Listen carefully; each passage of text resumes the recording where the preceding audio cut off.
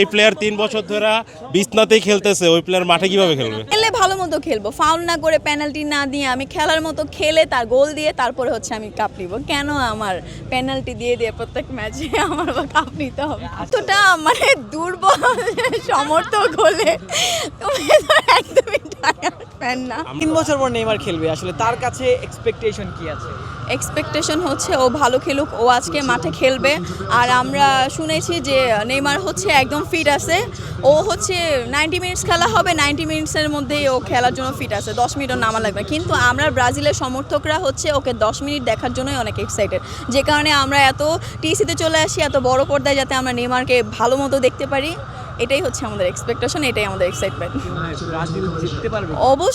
অবশ্যই জিতবে। আচ্ছা, তো নেইমারের কাছ থেকে কয়টা গোল আশা করেন?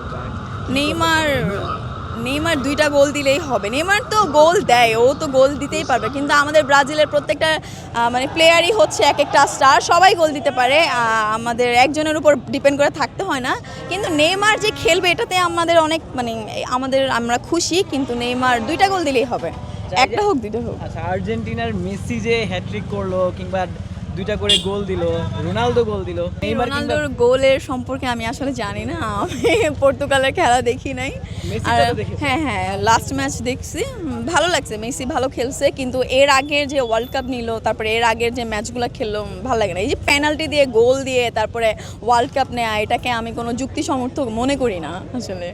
খেললে ভালো মতো খেলবো, ফাউল না করে পেনাল্টি না দিয়ে আমি খেলার মতো খেলে তার গোল দিয়ে তারপরে হচ্ছে আমি কাপ নিব। কেন আমার পেনাল্টি দিয়ে দিয়ে প্রত্যেক ম্যাচে আমার কাপ নিতে হবে? আচ্ছা, কি মনে হয় যে এএফএ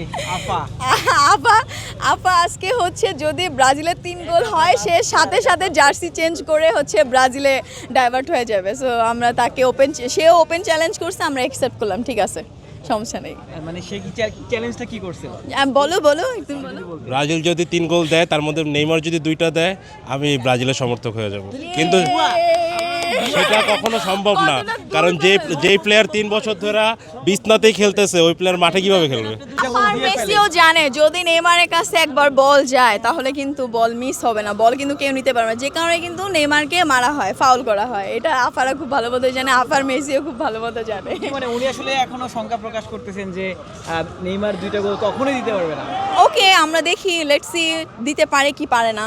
আমরা তো চ্যালেঞ্জ অ্যাকসেপ্টই করছি, আর ওকে তো ব্রাজিলের জার্সি পরাবই, এটাই হচ্ছে আমাদের বড় চ্যালেঞ্জ। আর্জেন্টিনা থেকে ব্রাজিলের জার্সি পরে ফেলবে, মানে এটা কেমন না আসলে? আসলে কতটা মানে দুর্বল সমর্থক হলে তুমি তো একদমই ফ্যান না। আমরা সেই দলের সাথে কথা বলতে চাই যে দল র্যাঙ্কিংয়ে থাকে।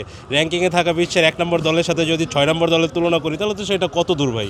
কোনটা 1 নম্বর? আর্জেন্টিনা। আর্জেন্টিনা 1 নম্বর, এটা ও আচ্ছা, কি সমর্থক দিয়ে করি ভাই আমরা। লাস্ট টাইম ওয়ার্ল্ড কাপ পাইছে, এইসব আসলে এই পেনাল্টি দিয়ে ওয়ার্ল্ড কাপ নেওয়ার, র্যাঙ্কিং এ 1 নম্বরে যাওয়ার, যারা 3টা জুনিয়র পাওয়ার দেখায় তাদের সাথে আমাদের কথা যায় না আসলে। থাক আগে 5টা কাপ নিয়ে দেখো, তারপরে কথা বললো। আমরা তো হ্যাঁ, এটাই।